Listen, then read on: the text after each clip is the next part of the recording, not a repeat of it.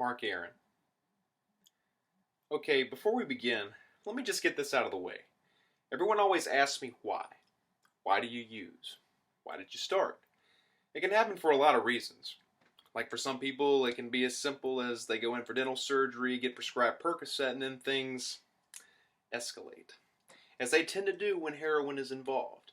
Or they suffered some kind of emotional trauma and now they're medicating it. It wasn't that dramatic for me. I was like a lot of kids in high school. I drank, smoked pot, got wasted, etc. But I have to admit I was always curious about heroin. What it was like. I only knew what I saw in movies.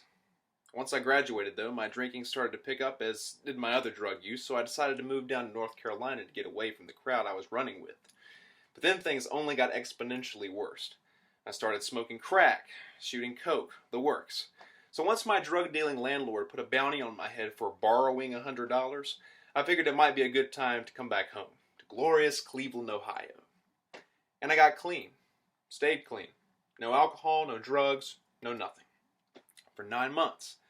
Until the night I relapsed. The night I relapsed, I was drinking and doing coke until 5:30 in the morning, but I didn't even catch a buzz. Which was strange. Stranger still was I had money in my pocket and didn't use it to buy drugs. Instead, I went to a meeting and told my relapse story. That's where I met Tommy. He's this little tumbleweed of a guy who always wears a hoodie. So Tommy approaches me when the meeting was done. I'm thinking he's going to shake my hand and welcome me back, like people do at meetings. But instead he says, "You ever try heroin? Can you believe that? Like, who does that?" Tommy, that's who. He's a crazy dude, but he's also real generous. Like he'd give you the last cigarette if you needed it. And no one does that. Next lesson. How to make do when your family is through. Remember Tommy, the guy who first introduced me to heroin? I figured I'd move in with him. What could go wrong? "Put the fucking knife down, Tommy. We're spending the money on crack. No, we're getting dope, period." We were at an impasse.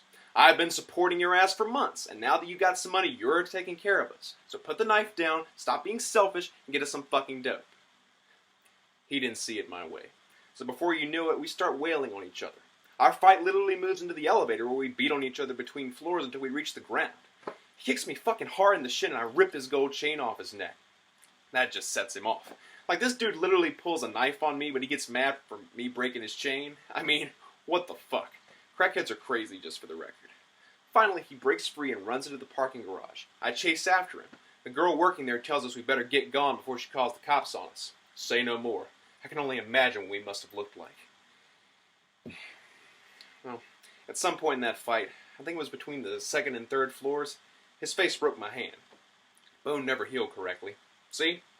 But that's okay. I got a script out of it. Percocet. As you can imagine, our little arrangement couldn't last long. I mean, we made up after that. It was just a little drug tiff, but neither of us were behaving exactly responsible and definitely not respectable. So before I knew it, I had to write a bum check to cover the rent.